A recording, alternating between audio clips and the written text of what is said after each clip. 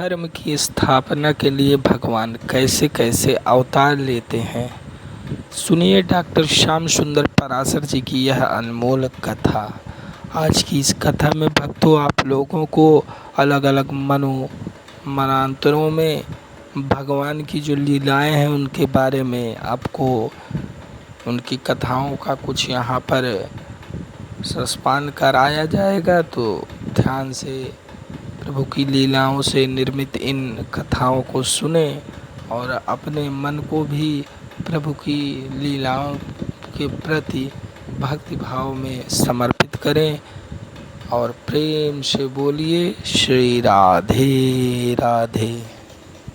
और उसको प्रसादी रूप में रखना चाहिए। पर इंद्र को पसंद नहीं आया कि बाबा ने पहनाई बाबा माला हमको पहना दी, आकर के हम भी देवताओं के राजा हैं, कोई अरे गहरे थोड़ी है। तो इंद्र ने तुरंत जब हाथी पर वो बैठे तो माला उतार करके हाथी के माथे पर धर दी। अब हाथी क्या जाने माला का महत्व, उसने सूंड ऊपर उठाई और माला अपने सिर के ऊपर से पकड़ के सूंड में इधर उधर घुमाई और पैर के नीचे रख के कुचल डाली। और दुर्वासा जी ने पीछे मुड़ के जब देखा कि मेरी आशीर्वाद की माला को कुचला जा रहा है हाथी के नीचे से, बाबा का मूड खराब हो गया, शाप दे दिया, श्रीमदांध हो रहा है देवराज इंद्र, मैं शाप देता हूं तो बहुत जल्दी श्रीहीन हो जाएगा। यदा दुर्वास सहस्तापात सेन्द्रा लोकास्तयो नृप। दुर्वासा मुनि के हिसाब से शक्ति और श्री विहीन हो गए सारे देवता। अब बेचारे जैसे ही शुक्राचार्य जी को पता चला तो दैत्यों से कहा कर दो आक्रमण। दैत्यों ने आक्रमण करके देवताओं का सब कुछ छीन लिया और स्वर्ग के राजा बन बैठे। बेचारे श्रीहीन शक्तिहीन देवता भगवान की शरण में गए, प्रभु रक्षा करो हमारी। भगवान बोले तुम्हारी श्री समाप्त हो गई है, अब तुम्हें समुद्र मंथन करना पड़ेगा, उससे जो अमृत निकलेगा उस अमृत को पी करके तुम पुनः शक्ति और श्री संपन्न हो जाओगे। पर हमसे समुद्र मंथन हो जाएगा, बोले तुमसे नहीं हो पाएगा, तुम्हें दैत्यों का सहयोग लेना पड़ेगा। ठीक है महाराज। तो देवताओं ने दैत्यों को मनाया, दैत्यों को भी ये बात पसंद आई, समझ में आई। और दैत्यों ने क्या किया, समझौता कर लिया। देवता और दैत्य दोनों मिलकर के समुद्र मंथन की दिव्य योजना बनाने लगे।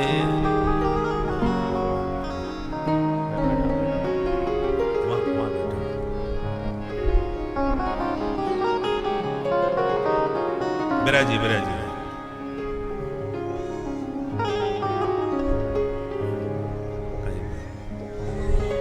जय सिया राम जय जय सिया राम, जय सिया राम जय जय सिया राम, जय सिया राम जय जय सिया राम, जय सिया राम जय जय सिया राम, जय सिया राम जय जय सिया राम, जय सिया राम जय सिया राम, जय सिया राम जय जय सिया राम, जय सिया राम जय जय सिया राम, जय सिया राम जय जय सिया राम, जय सिया राम जय जय सिया राम, जय सिया राम जय जय सिया राम, जय सिया राम जय जय सिया राम, जय सिया राम जय जय सिया राम, जय सिया राम जय जय सिया राम,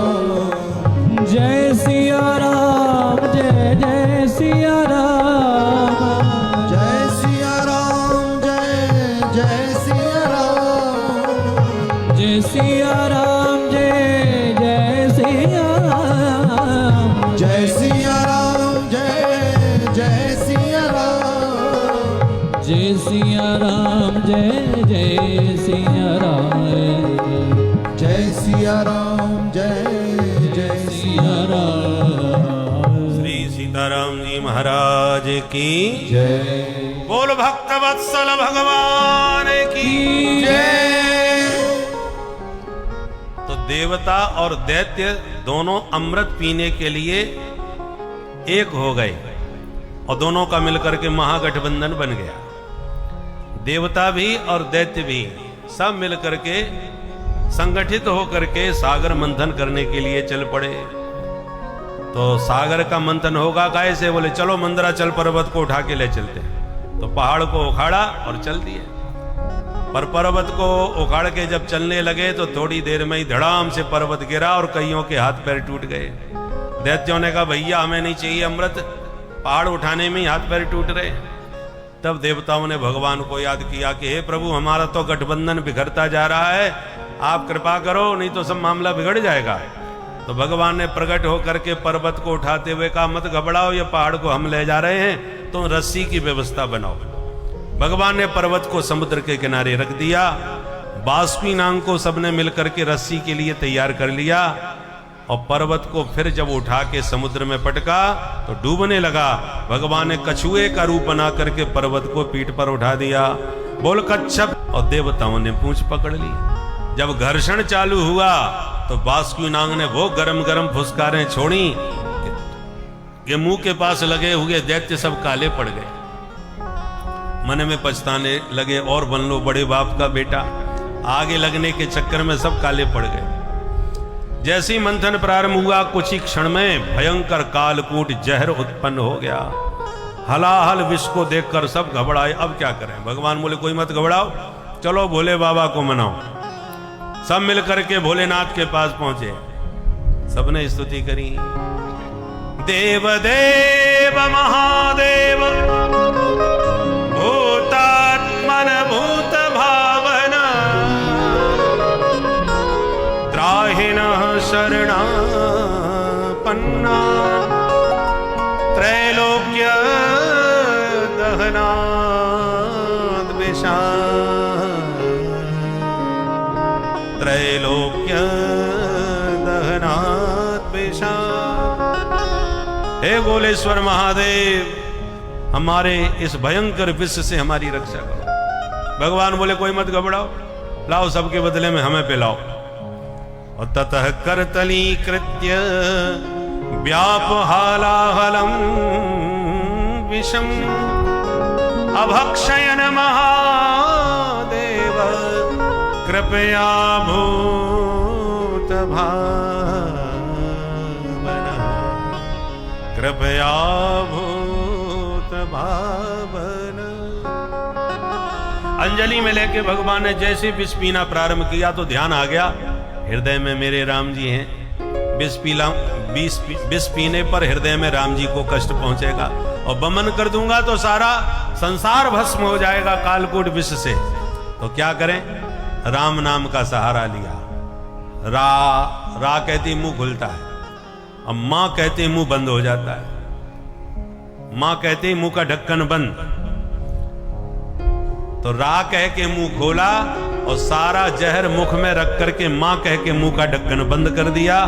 तो राम नाम के बीच में सारा जहर भोले बाबा ने गले में अटका लिया, न भीतर उतारा न बाहर निकाला।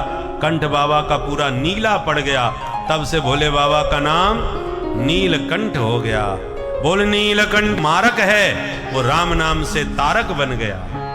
नाम प्रभाव जान शिवनी का, नाम प्रभाव जान शिवनी को। कालकूट फल दीन अमी को, कालकूट फल दीन अमी को। नाम प्रभाव जान शिवनी का, नाम प्रभाव जान शिवनी को। जान शिवनी को। भगवान भोलेनाथ ने विष को ग्रहण किया। पुनः मंथन हुआ तो हविर्धानी ततो भवत, दिव्य काम धेनु गाय प्रकट हो गई। गाय को ऋषि मुनियों को दान कर दिया। पुनः मंथन हुआ तो चंद्रमा प्रकट हुए, महादेव ने माथे पर बैठा लिए। उच्चैश्रवा घोड़ा निकला तो बलि ने लिया, ऐरावत हाथी निकला तो इंद्र ने लिया, कौस्तुभ मणि निकली तो भगवान ने कंठ में धारण कर ली, पारिजात वृक्ष निकला, स्वर्ग दिव्य अप्सराएं निकली, उन दोनों को स्वर्ग में भेज दिया। पुनः मंथन करने पर साक्षात महालक्ष्मी 10 दिशाओं को आलोकित करती हुई प्रकट हो गई। वो लक्ष्मी मैया की ततश्चा भगवत परा रंजयंती दिशा कांत्या विद्युत सौदा मणि यथा। जो महालक्ष्मी का दिव्य सौंदर्य देखा तो सबका मन ललचाने लगा। भगवान बोले इनको वरमाला पकड़ा दो, जिससे चाहे वो पहनाए। लक्ष्मी जी ने सब में कोई ना कोई दोष निकाला, अंत में भगवान नारायण के कंठ में वरमाला पहना दी। वो लक्ष्मी नारायण मंथन करने पर वारुणी प्रकट हो गई, जो असुरों ने ग्रहण कर ली। पुनः मंथन हुआ तो साक्षात भगवान धन्वंतरी अमृत का कलश लेकर के प्रकट हो गए। जो अमृत कलश देखा दैत्यों ने कहा अब देर मत लगाओ, सारी मेहनत इसी के लिए है। मार झपट्टा छीन के कलश भाग गए सारे दैत्य, और देवता रोते रह गए, ले गो ले गो ले गो। भगवान बोले रोना धोना बंद करो, देखो हमारा चमत्कार। लेके वो गए हैं पर अमृत तुम ही पियोगे। बोले दिखाओ चमत्कार। भगवान तुरंत छैल छबीली छोरी बन के छमछम करते हुए मोहिनी रूप बना करके दैत्यों के पास पहुंच गए, और दैत्य उधर आपस में लड़ मरे। अहम पूर्वम न त्वं नतिमिति प्रभो, मैं सबसे बड़ा हूं, अमृत पहले मुझे पिलाओ। तो जो बलवान था उसने कहा जिसकी लाठी उसकी भैंस, जिसकी भुजा में बल होगा वो पहले पिएगा। अब आपस में लड़ मरे। भगवान ने जब अपना दिव्य रूप सौंदर्य दिखाया तो दैत्यों के होश उड़ गए। आपस में बोले घर का अमृत है, आराम से पीते रहेंगे, पर ये छैल छबीली कौन आई है जरा देखो तो सही। तो सब दैत्य उनको घेर करके बोले देवी जी आपका परिचय, आप कौन, कहां से आई हो, कहां जा रही हो, अकेली अकेली क्यों घूम रही हो, शादी विवाह हो गया कि नहीं। भगवान बोले मेरी जन्म कुंडली लेने वाले तुम लोग कौन हो, क्यों घेर के खड़े हो गए मुझको। दैत्यों ने कहा हम भी कोई अरे गहरे नथु खेरे नहीं है, कश्यप जी के बेटा हैं, बाहुबली हैं, समुद्र मथ डाला और देखो अमृत निकाल लिया है। बस भाइयों में थोड़ा बंटवारे का झगड़ा है, आपसे प्रार्थना है आप आ गई हो तो अपने हाथ से बांट दो तो हम भैयाओं का झगड़ा खत्म हो जाएगा, बस इसलिए प्रार्थना है। दैत्यों ने कहा राम राम राम, हमने कश्यप बाबा का तो बहुत नाम सुन रखा था, उस कश्यप मुनि की तुम जैसी नालायक संतान कैसे हो गई। दैत्यों ने कहा हे देवी आप कैसे बोल रही हो, हम कहां से आपको मूर्ख लग रहे हैं। बोले मूर्खता नहीं तो क्या है, तुम मेरे बारे में क्या जानते हो, कुछ नहीं। और एक अपरिचित स्त्री को कीमती अमृत जैसा कलश सौंप रहे हो बंटवारे के लिए, ये कोई समझदारी है। बुद्धिमान व्यक्ति अपरिचित स्त्री पर कभी भरोसा नहीं किया करते जैसे तुम कर रहे हो। तब तो दैत्यों पर अच्छा प्रभाव पड़ा, आपस में बोले भैया ये तो कुछ ज्यादा ही पढ़ी लिखी लग रही है। दूसरा बोला हमें तो अच्छे खानदान की दिख रही है, ऐरी गहरी होती तो कहती पहले मैं पीऊंगी बाद में पिलाऊंगी, पर इसने स्वार्थ की नहीं सिद्धांत की बात कही। देवी जी हमें तो तुम्हारे ऊपर पूरा भरोसा हो गया, अब अमृत पिएंगे तो तुम्हारे ही हाथ से पिएंगे। त्याग में बड़ी श्रद्धा होती है, आप समाज को जितना त्याग दिखाओ समाज की उतनी अधिक श्रद्धा होगी।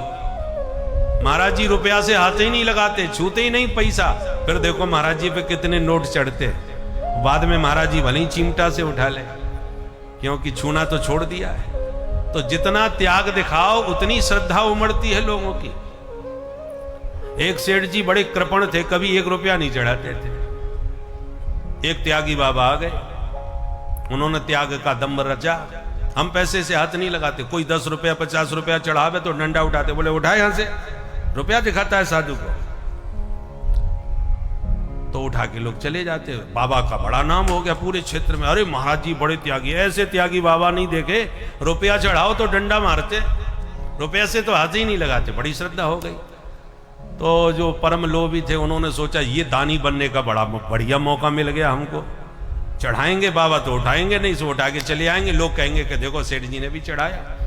तो सेठ जी ने सीधा ला करके 50,000 की गड्डी 500 की महाराज जी के चरणों में रखी, और प्रणाम करके बैठ के, महाराज थोड़ी सी सेवा है, स्वीकार कर लो।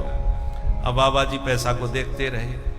अब सेठ जी सोच रहे कि डंडा उठाएं तो हम उठा के लेके चले। अब महाराज जी डंडा उठा ही नहीं रहे। सेठ जी टेंशन में आ गए, ये क्या हो गया।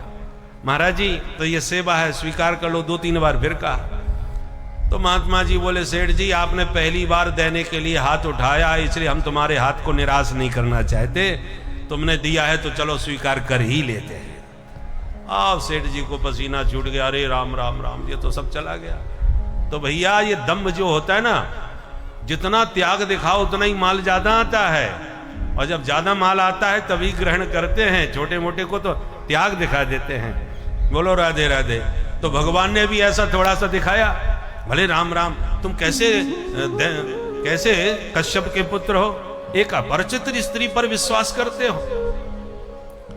तो दैत्यों में बड़ी श्रद्धा उत्पन्न हो गई, और अंत में कहा, देवी जी हम तो आपके हाथों से पिएंगे।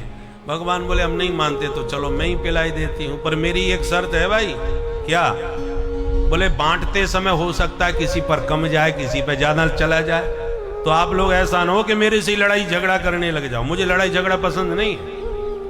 दैत्यों ने कहा, देवी जी आप अच्छे खानदान की हो, तो हम कोई गए गुजरे नहीं है, हम आपको वचन देते हैं, आपको जैसे मर्जी आवे बांटो, आपसे लड़ाई झगड़ा कोई नहीं करेगा, हमने वचन दिया। भगवान बोले, तब ठीक है, लाओ हमें दो। सबने मिलके अमृत भगवान को सौंप दिया। भगवान बोले, लाइन लगा के बैठो। तो सब दैत्य लाइन लगाने लगे, और भगवान कलश निहारने लगे। बोले, अरे राम राम, इसमें पानी पानी ऊपर उतर आ रहा है, और गाढ़ा गाढ़ा असली प्योर मार नीचे रखा है, अब मैं बांटूं तो कैसे बांटूं। दैत्यों ने सुन करके सोचा कि यदि पहले पिएंगे तो ऊपर का पानी पानी हाथ लगेगा, और थोड़ा ठहर के पिएंगे तो नीचे का प्योर गाढ़ा गाढ़ा माल मिलेगा। सो जो चिल्ला रहे थे पहले हम पिएंगे, वो झगड़ा ही खत्म हो गया। इतने में देवता पहुंच गए। भगवान बोले, ये लोग कौन हैं? बोले, देवी जी ये हमारे सौतेले भाई हैं, हिस्सा मांगने आ रहे हैं, देना बिल्कुल मत। भगवान बोले, एक काम न करें, ऊपर का पानी पानी 2-2 बूंद इन्हीं को क्यों ना पिला दें, असली प्योर माल मैं तुम्हें दूंगी, तो असली माल तो तुम्ही को मिलेगा, ये भी बेचारे खुश हो जाएंगे, कोई तुम्हें बेईमान नहीं कहेगा। नहीं तो कल दुनिया वाले कहेंगे ये बेईमान है, भाइयों से इन्होंने अन्याय किया। और यदि तुम इनके सामने अमृत पीते रहोगे तो इन भुक्कड़ों की ऐसी नजर लगेगी कि अमृत भी बचने वाला नहीं है तुम्हें।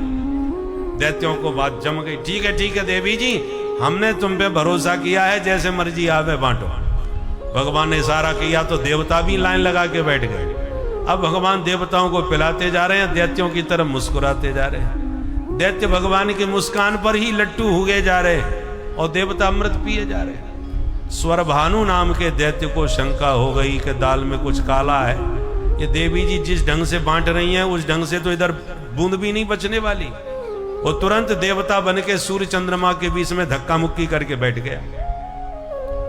भगवान ने जैसे ही इस स्वरभानु दैत्य को अमृत पिलाया, आसपास बैठे सूर्य चंद्र ने भगवान को इशारा कर दिया, महाराज डुप्लीकेट है। पट से भगवान ने उसका गर्दन सुदर्शन चक्र से उड़ा दी।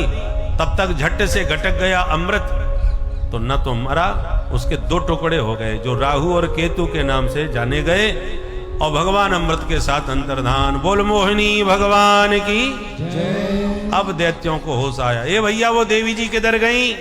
दूसरा बोला, देवी जी को छोड़, वो अमृत किधर गया? सामने देखा तो देवता अमृत पी के डकार लेके आप पेट पर हाथ घुमा रहे हैं, और आनंद आ गया, बड़े खुश हो रहे। अब दैत्यों का माथा गर्म हुआ, भाई लगता है अपने साथ बहुत बड़ा धोखा हुआ है। एक बोला, पता लगाओ धोखेबाज कौन थी। दूसरा बोला, मैं समझ गया, वो थी नहीं था, पक्का गारंटी से कह सकता हूं वो छलिया विष्णु ही होगा, जो छोरी बन के छम छम करके हम सबको चूना लगा के चला गया। तब तो क्रोध में भरे दैत्यों ने हमला कर दिया देवताओं पर, और तत्र देवासुरो नाम रण परम दारुण, बड़ा भयंकर देवासुर महासंग्राम छिड़ गया, और अमृत पिए हुए देवता सब विजयी हो गए, और दैत्य सब के सब चुन चुन के मारे गए। और शुक्राचार्य जी ने मृत संजीवनी विद्या के बल पर मरे हुए सारे दैत्य दोबारा जिंदा कर लिए। उधर स्वर्ग पर देवताओं का अधिकार।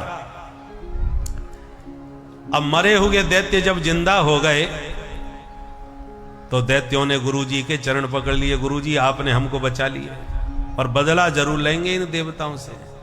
शुक्राचार्य जी बोले हमारी बात मानोगे? बोले जरूर मानेंगे गुरुजी। बोले तो सबसे पहली बात यह है कि तुम ब्राह्मणों का आशीर्वाद लो, क्योंकि ये जो विष्णु है ना ये ब्राह्मणों का भक्त है। यदि तुम ब्राह्मणों का आशीर्वाद लोगे तो तुम्हें फिर तुम्हारा ये कुछ नहीं बिगाड़ सकता विष्णु। और विष्णु का बल है देवताओं के पास, तुम्हारे पास गुरु बल है। मैं तुम्हारे साथ हूं, बस गुरु की बात मानोगे तो ही सफल होगे। ठीक है गुरु जी। फिर क्या था, गुरु की बात मान के ब्राह्मणों की सेवा चालू कर दी। अब ब्राह्मणों को खुश करने में कितनी देर लगती है। बढ़िया खीर मालपुआ तस्मई रबड़ी चकाचक घुटवाए दो, बढ़िया मोटा सा लिफाफा पकड़ाए दो। फिर देखो कैसे डकार के साथ आशीर्वाद बरसता है। शरीर वर्चस्व आयुष्यम आरोग्य मां विधात। ब्राह्मणों ने आशीर्वाद दिया दैत्यों के राजा बलि को, और आशीर्वाद में एक रथ निर्माण करके दिया तपोबल से। ब्राह्मणों ने कहा इस हमारे आशीर्वाद के रथ पर बैठकर दैत्यराज आप कभी पराजित नहीं हो सकते, हार नहीं सकते। ठीक है गुरुजी। अब उसी रथ पर बैठ के जो हमला किया देवताओं पर, तो देवगुरु बृहस्पति जी ने कहा देवताओं आज तुम्हारी भागने में ही भलाई है। ब्राह्मणों का आशीर्वाद दैत्यों के साथ है, दुनिया की कोई शक्ति इन्हें हरा नहीं सकती आज। तो देवता मैदान छोड़ के भाग गए और स्वर्ग पर एकमात्र अधिकार दैत्यों का हो गया, राजा बलि बन गए।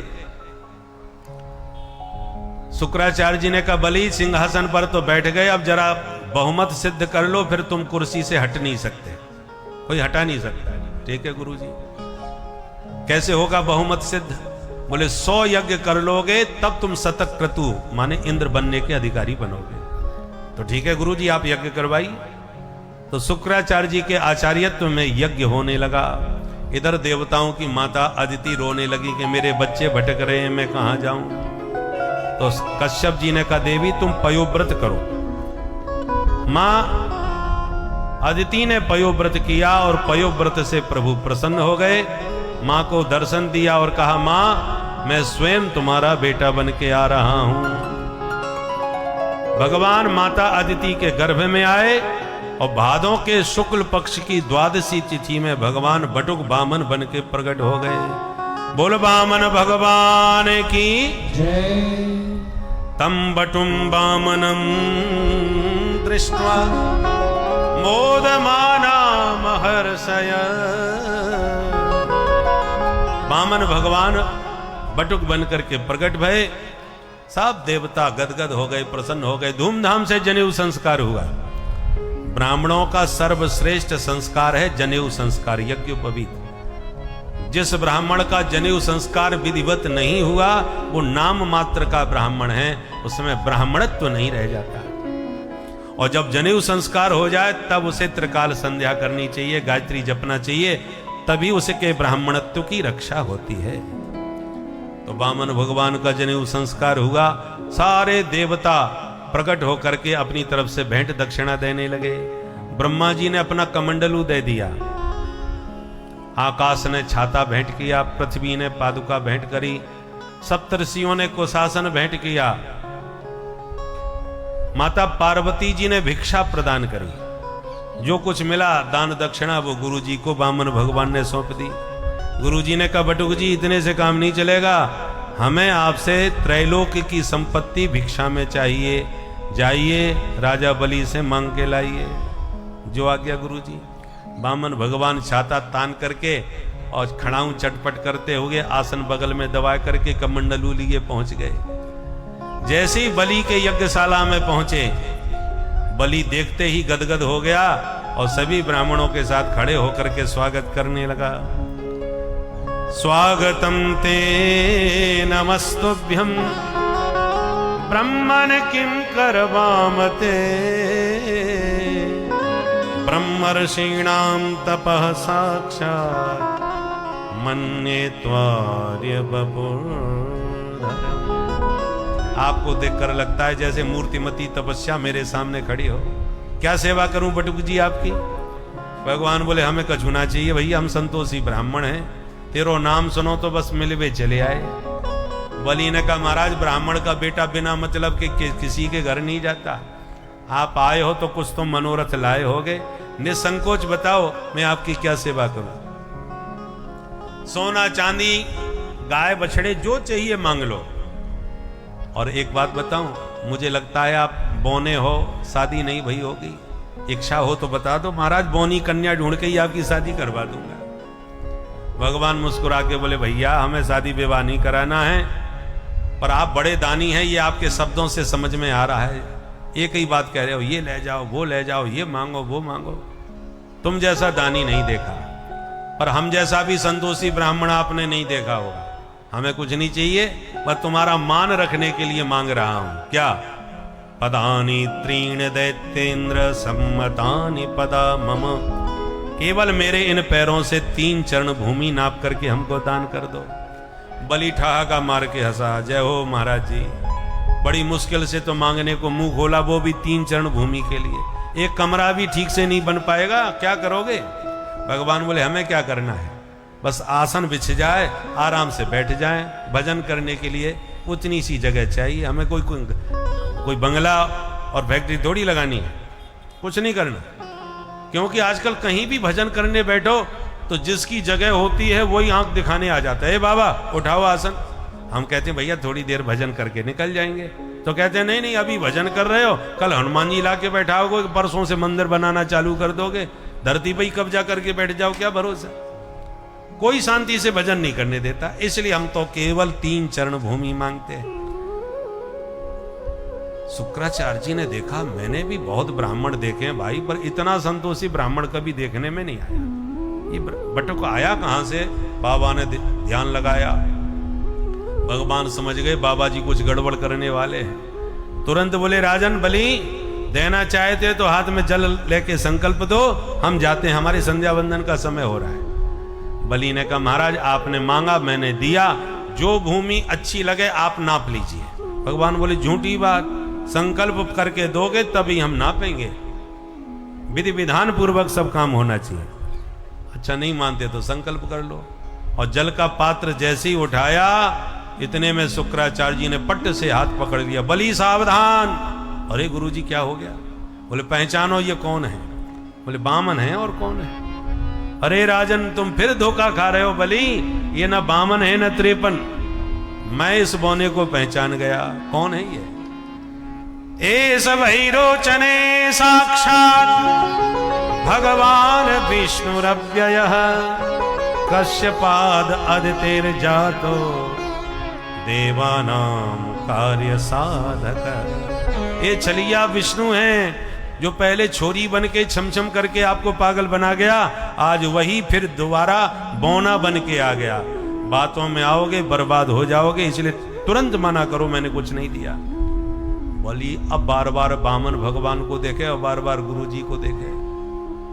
गुरुजी एक बात बताओ, यदि ये ब्रह्मचारी है तो 3 चरण भूमि लेके चला जाएगा, और आपके कहने के अनुसार यदि ये साक्षात विष्णु हैं तो मेरा कितना बड़ा सौभाग्य होगा कि दुनिया जिसके सामने हाथ पसारती है, दाता एक राम भिखारी सारी दुनिया को देने वाला जगत का दाता मेरे सामने हाथ पसार रहा है, और उसको देने का सौभाग्य मुझ बलि को प्राप्त हो रहा है। इसलिए मेरे दोनों हाथों में लड्डू हैं, चाहे ब्रह्मचारी हो चाहे विष्णु हो, मैं तो इनको जरूर दूंगा। अब गुरुजी गर्मी खा गए, मूर्ख कहीं के, इतना सब मैंने तेरे लिए करके तैयार किया है और ऐन वक्त पर तू सब पर करे कराए पर पानी फेरना चाहता है। मैंने इसके लंबे चौड़े हाथ पैर देख लिए, बलि तेरे पास कुछ बचेगा नहीं। बलि ने कहा गुरुजी मैंने झूठ बोलना कभी नहीं सीखा, एक बार कह दिया तो कह दिया, पीछे नहीं हटूंगा अपने वचन से। अब गुरुजी गर्म हो गए, मुझसे बहस करता है, मेरी बात नहीं मानता। अजरात भ्रष्यते श्रियः, मैं शाप देता हूं बलि तू श्रीहीन हो जाएगा। शाप दे के गुरुजी चले गए। बामन भगवान धीरे से बोले भैया गुरु चेला झगड़ा मत करो, देना है तो दो, नहीं हम चले। अरे नहीं नहीं महाराज आप मत जाइए, आप तो अपना संकल्प लीजिए। तो लो अपने हाथ में जल, पात्र उठाया, जैसे पानी लेने लगे गुरुजी उस पात्र के छिद्र में घुस के बैठ गए कि पानी की बूंद नहीं टपकने दूंगा, तो बिना पानी के संकल्प होगा कैसे। अब बलि इधर उधर करे, छिद्र में से पानी न निकले। बामन भगवान समझ गए गुरुजी ज्यादा ही गड़बड़ कर रहे हैं। तुरंत पैनी कुशा निकाली, डाब, और नुकीली डाब निकाल करके उस पात्र के छिद्र में बाहर से जो फेंक के मारी तो शुक्राचार्य जी की एक आंख गोविंदाय नमो नमः। गुरुजी निकल के भागे, हे भगवान कोई दे रहा है कोई ले रहा है, हमने अपनी आंख फालतू में ही बुड़वाई। जल हाथ में आ गया तो लंबा चौड़ा संकल्प करके छुड़वाया, और संकल्प पूर्ण होते ही भगवान ने तुरंत अपना विराट रूप दिखा दिया। बोल विराट भगवान की जय। एक चरण में नीचे के सातों लोक नाप डाले, तो दूसरे चरण में ऊपर के लोक नाप डाले। बलि से भगवान ने कहा, बलि 2 चरण तो हमने नाप लिए, अब तीसरा चरण किधर रखूं, संसार में जगह ही नहीं बची। बलि ने कहा, सरकार ये बताओ धन बड़ा होता है कि धनवान? भगवान बोले, धनवान बड़ा होता है, वो धन का मालिक होता है। तो बलि ने कहा, 2 चरणों में धन ही धन लिया है आपने, मैं धनवान अभी अलग बैठा हूं, इसलिए तीसरा चरण मेरे माथे पर रखकर मुझ धनवान को भी नाप लीजिए। भगवान खुश हो गए, बलि के माथे पर अपना चरणार बिंद रख दिया और बोले, वारे बलि, मैंने बड़े बड़े दानी देखे पर तेरे जैसा नहीं, अपने आप को भी तुमने दान कर दिया हमें। तब से जगत प्रसिद्ध हो गया बलिदान। जो अपने जीवन का भी दान कर दे उसी का नाम बलिदान है। कोई देश के ऊपर बलिदान हो जाता है, कोई धर्म के लिए बलिदान हो जाता है। ऐसे बलिदानी है। बलि का नाम दानियों में अग्रणी हो गया। मांगो बलि, क्या चाहते हो? बलि ने कहा, सरकार आप बड़े प्यारे लग रहे हो, बस मन होता है कि आपको यूं ही देखता रहो।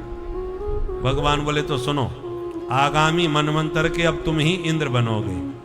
जब तक इंद्र नहीं बने तब तक सुतलोक के राजा बनो, दरवाजे के द्वारपाल हम बने रहेंगे, 24 घंटे हमारे दर्शन करते रहना। सदा सन्निहितम वीर तत्र माम द्रक्ष्यते भगवान। भगवान बलि के साथ सुतल लोक में प्रविष्ट हो गए। बोल भक्त वत्सल भगवान। राजा बलि भी प्रभु के महाभागवतों में से एक हैं। असुरों में भी प्रभु के 2 परम भक्त हुए, जिनमें से एक प्रहलाद जी थे और दूसरे उनके पौत्र महाराज बलि जी थे।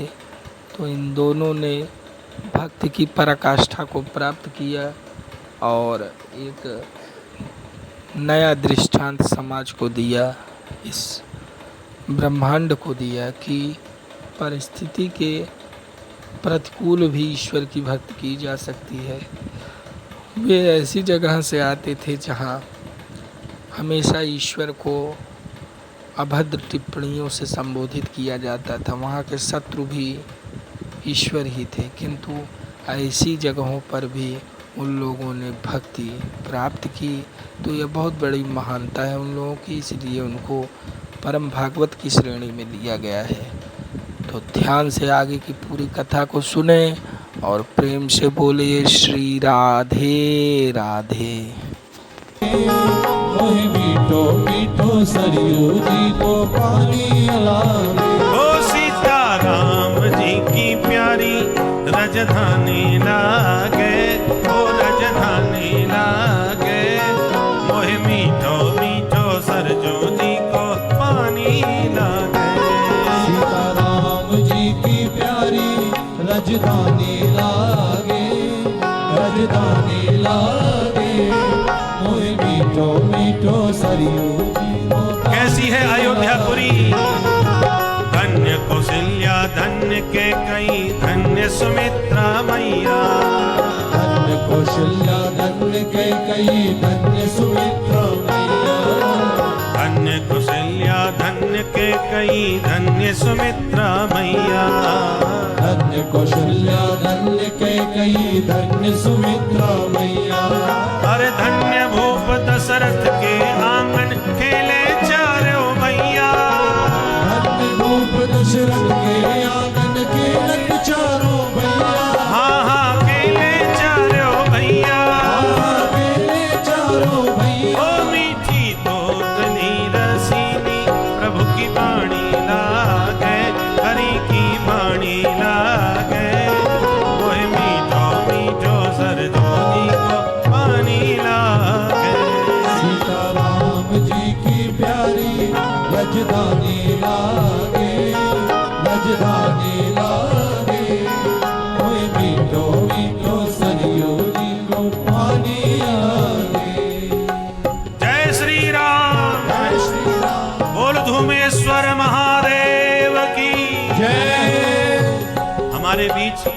श्री धूमेश्वर सरकार पधार रहे हैं। आप लोग अपने स्थान पर बैठे। गुरु ही प्रणाम मन ही मन कीना, मन ही मन गुरुदेव को प्रणाम करें और पूज्य महाराज जी के साथ ही अयोध्या की यात्रा हम लोग करेंगे।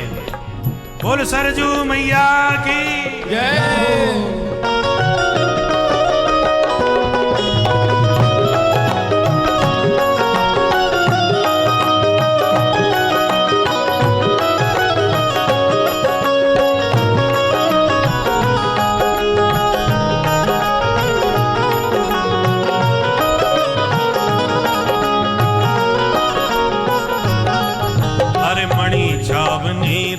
महल हनुमान गढ़ी अति सुंदर।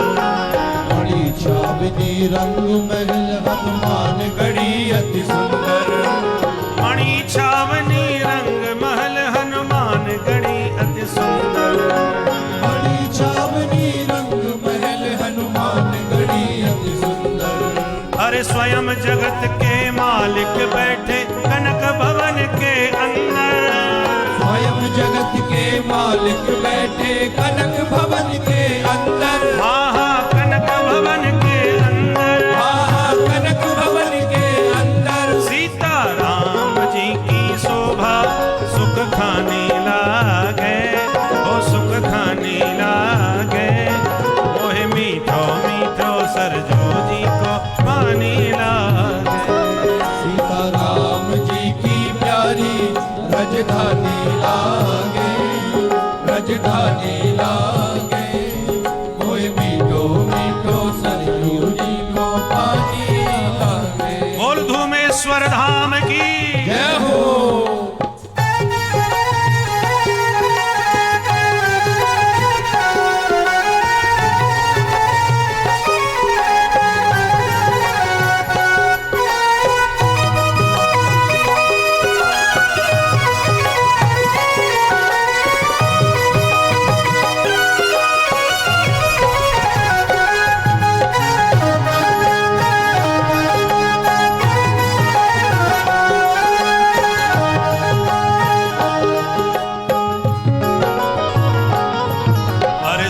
सुहावन जन्म भूमि श्री रघुवर राम लला की।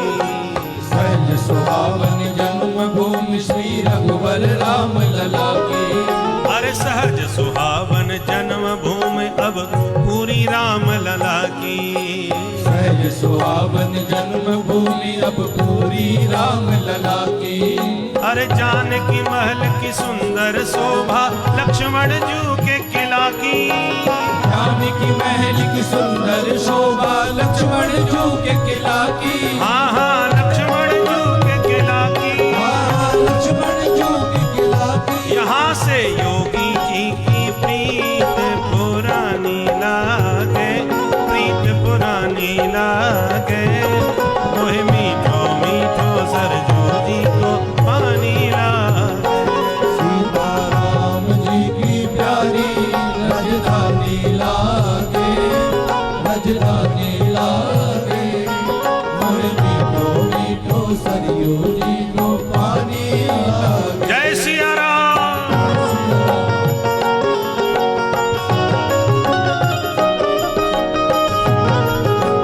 जय हो।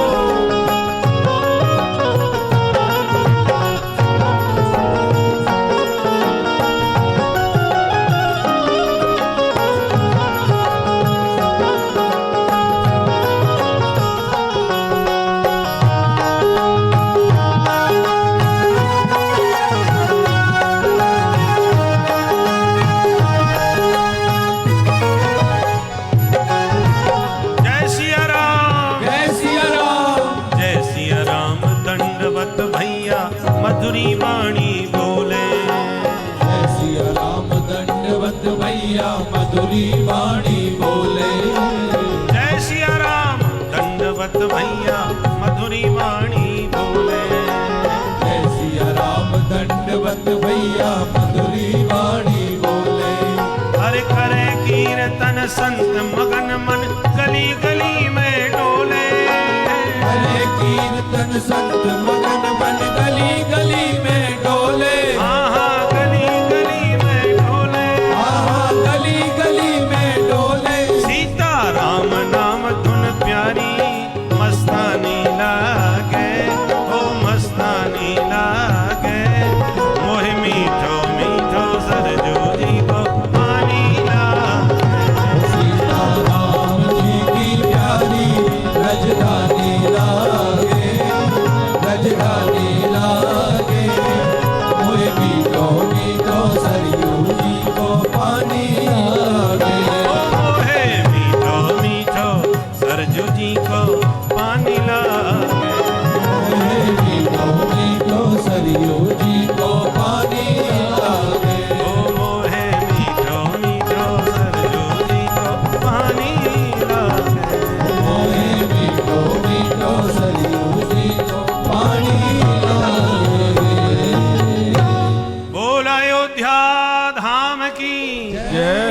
सरजू मैया की जय। श्री राम जन्मभूमि की जय। जय जय श्री सीताराम।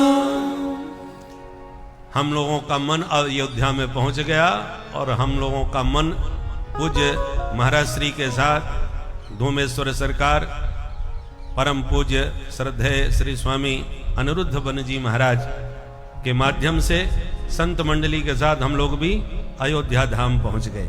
आज पूज्य श्री का आशीर्वाद भी हम लोगों को प्राप्त होगा। आज प्रभु का प्राकट्य है, इसलिए बड़े बड़े संत विभूति ठाकुर जी के प्राकट्य में कृपा पूर्वक पधार रहे हैं। तो सूर्यवंश में राम जी कैसे आए पहले ये समझ लो। सुखदेव जी कहते हैं विस्तार से सूर्यवंश सुनाऊंगा तो 100 साल में भी पूरा नहीं हो पाएगा।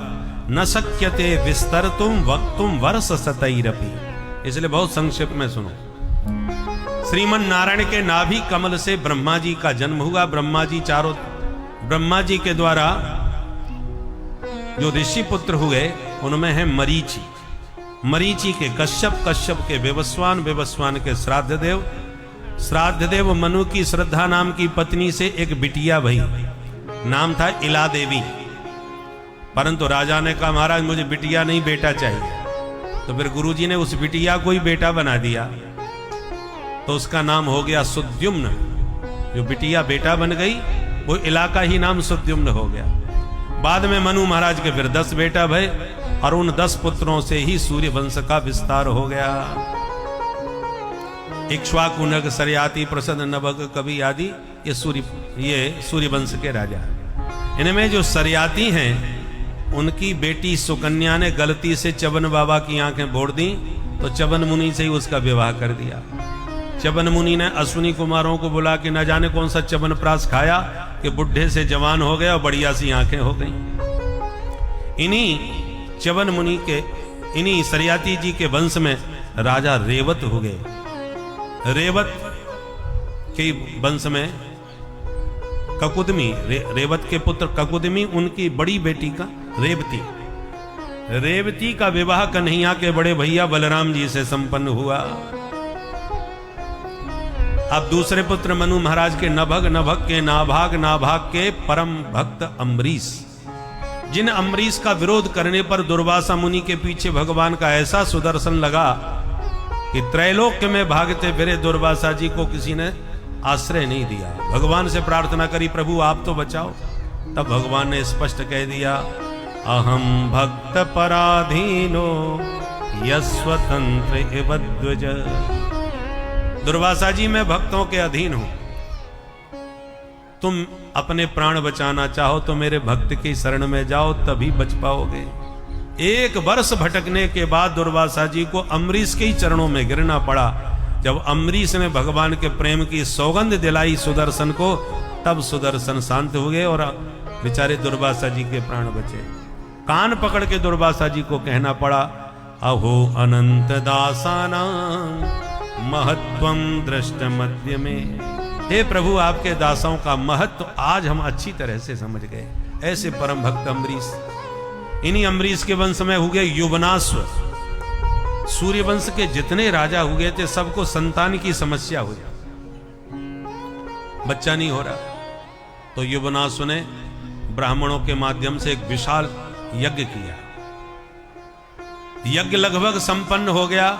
अब रात के 12 बजे राजा को लगी प्यास, तो यज्ञशाला के ही मटका उठा करके पूरा पानी पी गए। सवेरा हुआ, ब्राह्मणों ने कहा यह घड़ा खाली क्यों पड़ा, पानी कहाँ गया? राजा ने हाथ जोड़ के कहा महाराज आप सब सो रहे थे, प्यास लगी तो रात में मैंने ये घड़े का पानी पी लिया। अब सब ब्राह्मण बेचारे सिर पकड़ के बैठ गए, अरे राम राम आपने हमसे क्यों नहीं पूछा महाराज, ये तो बहुत बड़ा अनर्थ हो गया। क्यों, क्या हो गया? बोले महाराज ये मंत्र पढ़ पढ़ के घड़े में पानी हमने भरा था, ताकि इस मंत्र पढ़े पानी को पीने से रानी गर्भवती हो जाएंगी। तो जो पानी रानी को पीना चाहिए था वो राजा पी गए गलती से। अब राजा सुन के घबरा गए, महाराज तो अब क्या होगा?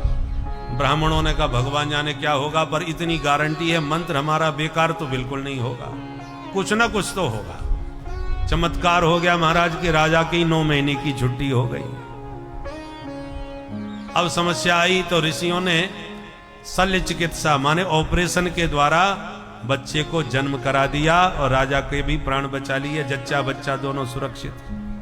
पर एक दूसरी समस्या आ गई, बच्चा पैदा होते ही रोता है और फिर बच्चे को माँ का दूध पिलाया जाता है। अब राजा साहब का बेटा पैदा तो हो गया, बड़ी जोर से रोता जाए, अब इसका लालन पालन कैसे हो, यह समस्या खड़ी हो गई। तो देवराज इंद्र प्रकट होकर के बोले, माम धाता वत्स समारोधी, बेटा मत रोना, हम तुम्हारी रक्षा करेंगे।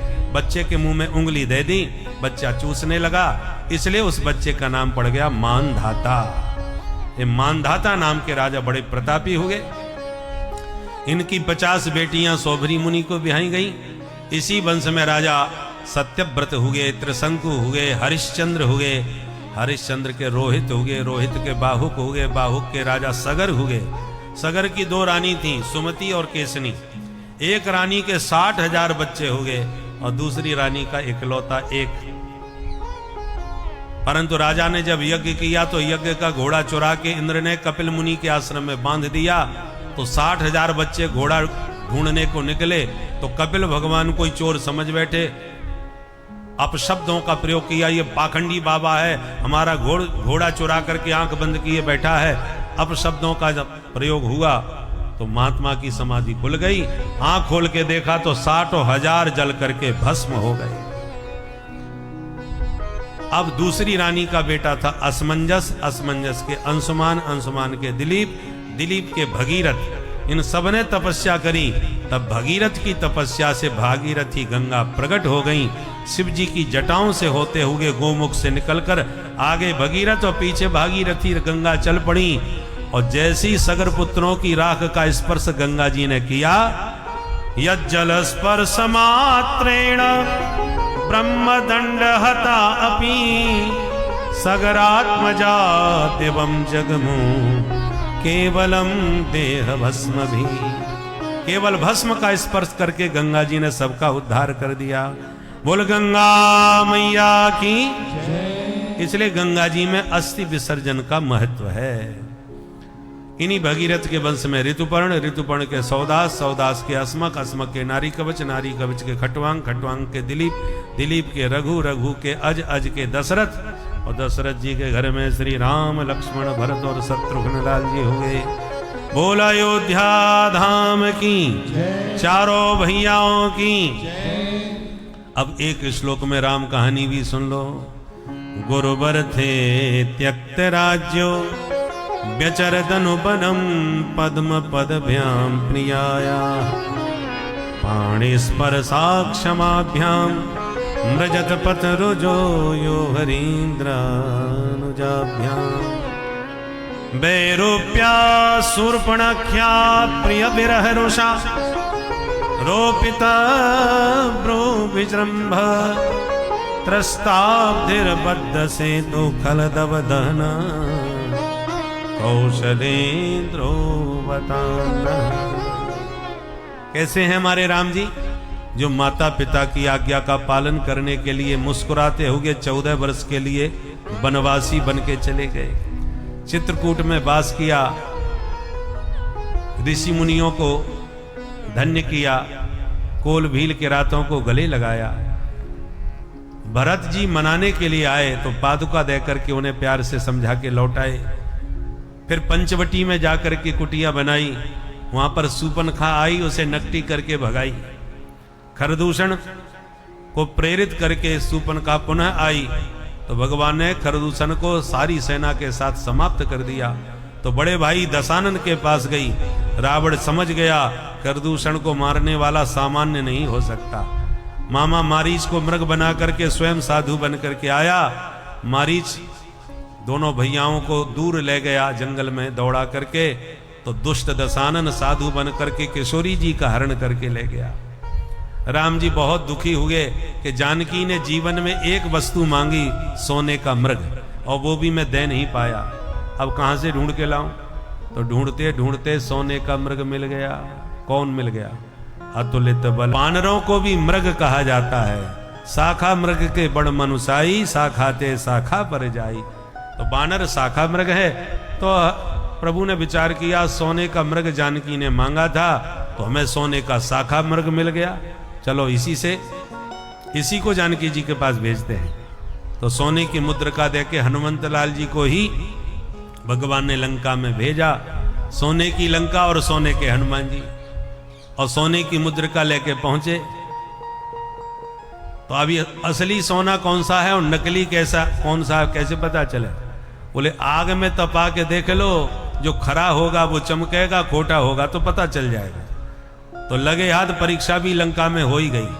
हनुमान जी की पूंछ में रावण ने आग लगा दी। रावण ने पूंछ में आग लगाई तो हनुमान जी ने रावण की मूंछ में आग लगा दी। उसकी लंका उसी आंखों के सामने जला के खाक में मिला दी। तो जो नकली सोने की लंका थी वो जल गई। असली सोने के हनुमंत लाल जी की पूंछ का बाल बांका नहीं हुआ। जानकी जी जान गई कि मैंने जो देखा था वो नकली सोना का मृग था, प्रभु ने जो भेजा है वो असली सोने का मृग है। खूब आशीर्वाद दे के हनुमंत लाल जी को विदा किया। राम जी को जानकी जी का समाचार मिला। दल बल के साथ समुद्र पर सेतु निर्माण करके लंका में प्रवेश किया। और जैसे दावाग्नि जंगल को भस्म कर देती है, ऐसी राम जी ने अपनी क्रोधाग्नि में सारे निशाचरों को समाप्त कर दिया। और जानकी जी को प्राप्त करके शरण में आए विभीषण को लंका सौंप करके पुष्पक विमान में बैठ के अयोध्या में आके अयोध्या के राजा बने। ऐसे अवधेश श्री राजा रामचंद्र प्रभु के चरण कमलों में हम सब मिलके बारंबार प्रणाम करते हैं। बोल राजा रामचंद्र भगवान की जय, अयोध्या धाम की जय, श्री राम लला की जय।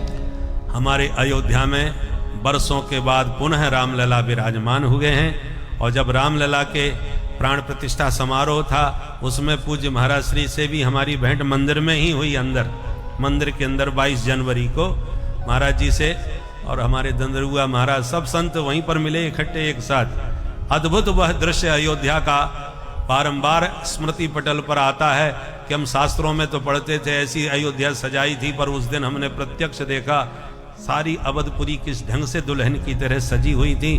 पूज्य महाराज जी भी साक्षी हैं। हम लोगों के को भी दर्शन का सौभाग्य मिला था उसी दिन। तो ऐसी शुभ घड़ी में रामलला की दिव्य कथा का स्मरण करके पूज्य महाराज जी के चरणों में अब प्रार्थना करते हैं कि महाराज श्री भी अपनी वाणी से हम सबको अनुग्रहित करें, क्योंकि उसके बाद ही हम नंद महोत्सव धूमधाम से मनाएंगे।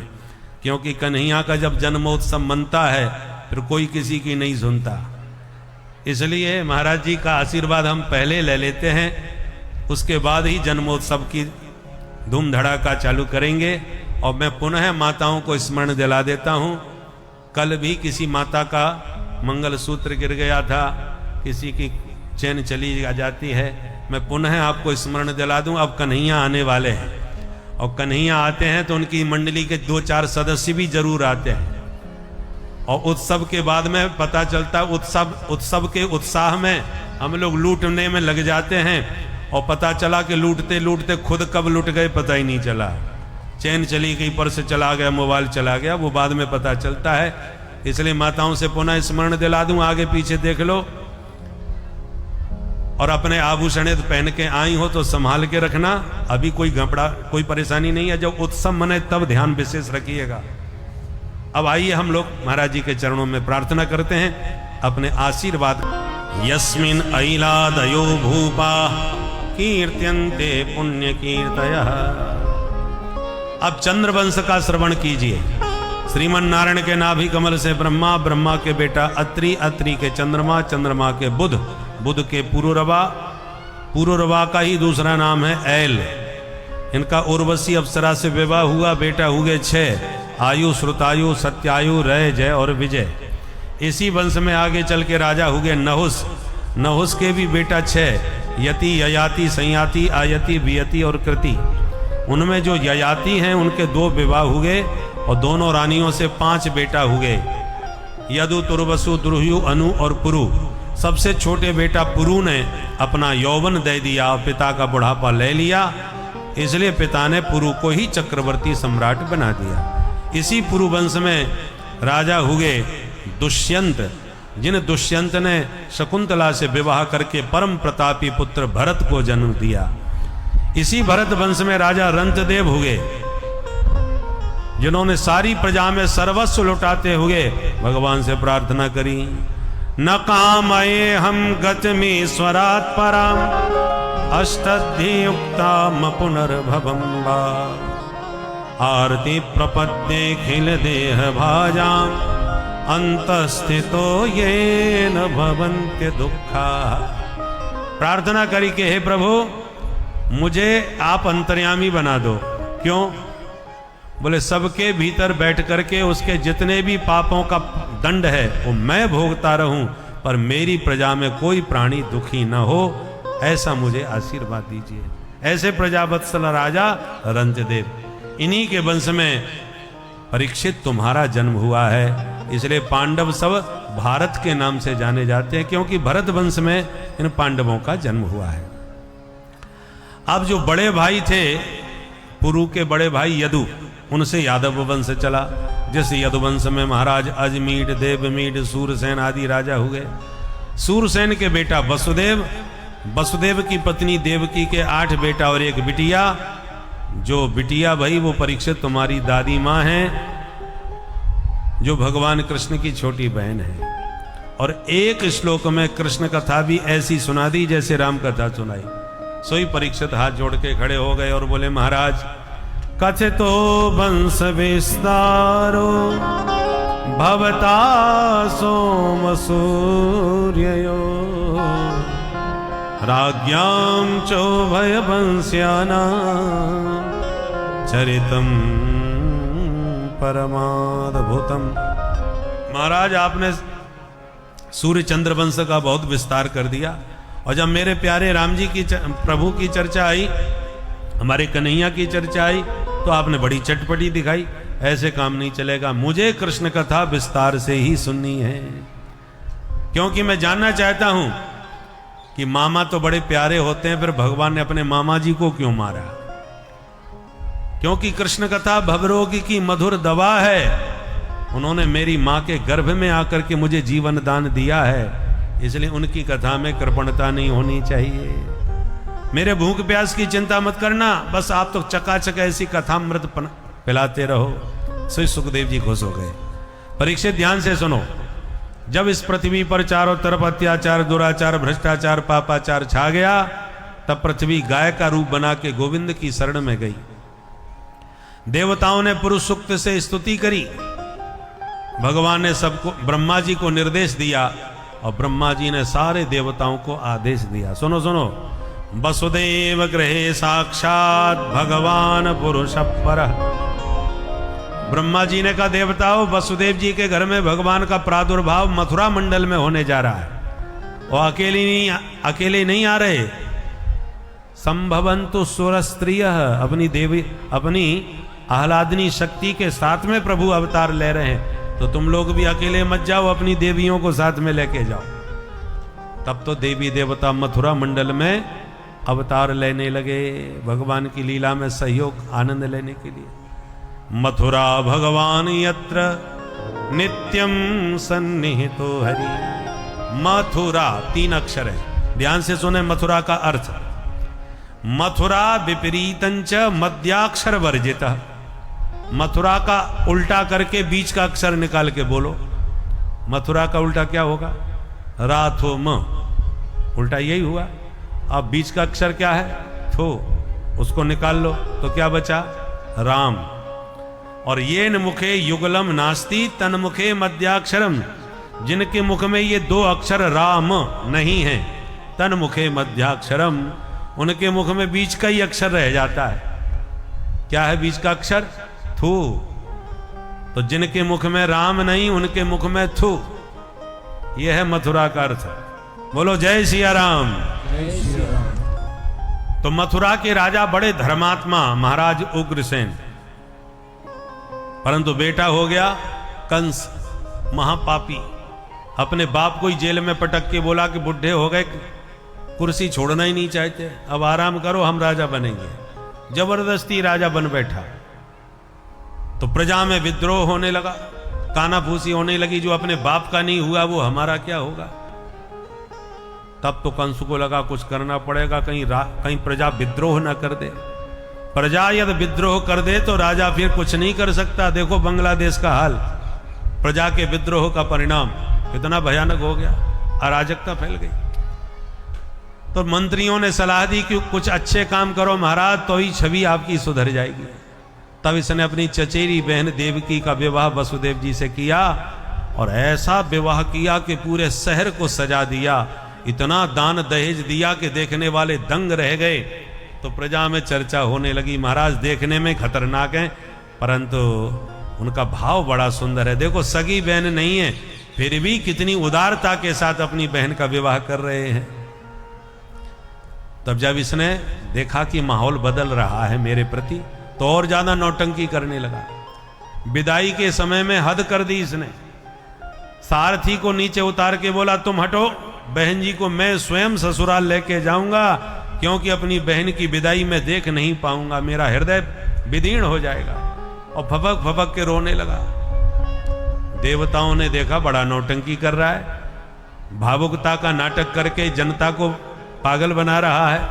अब इसका असली चेहरा जनता के सामने उजागर कैसे किया जाए, सोई देवताओं ने आकाशवाणी कर दी।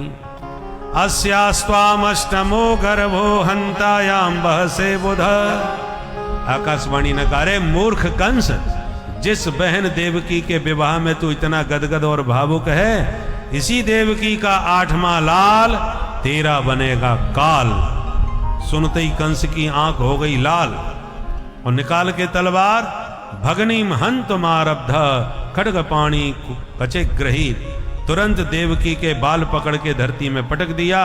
और तलवार से जैसे ही प्रहार करने को हुआ, वसुदेव जी ने हाथ पकड़ लिया और कहा, महाराज ये तुम्हारी बहन है, उम्र में छोटी है, बेटी के बराबर है, आपको दया नहीं आती? वीर पुरुषों को स्त्री पर हाथ ही नहीं उठाना चाहिए, और तुम कैसे वीर हो जो अपनी बहन पर हाथ उठा रहे हो? इतना काला कलंक लगेगा कि जिंदगी में नहीं धुलेगा। कंस को लगा अरे गड़बड़ तो हो गई भाई, और जनता जान गई कि ये कितना पाखंडी है। अभी बहन जी के लिए रो रहा था, अगले क्षण बहन जी की हत्या करने को तैयार हो गया। कंस ने कहा, वो तो सब ठीक है वसुदेव, पर मेरे काल को जन्म देगी, मैं क्या करूं? वसुदेव जी ने कहा, तुम्हारा काल देवकी नहीं है, देवकी का बेटा है। मैं आपको वचन देता हूं महाराज, इसके सारे बच्चे तुम्हें सौंप दूंगा, जो तुम्हें करना है सो करो, और बहन की हत्या मत करो। कंस को यह बात समझ में आ गई। अच्छा तो ठीक है, एक समझौता करते हैं। क्या? बोले जब तक इसके 8 बच्चे नहीं होते, तुम दोनों पति पत्नी मेरे पास ही रहोगे। स्वीकार है महाराज। तो दोनों को जेल में डाल दिया।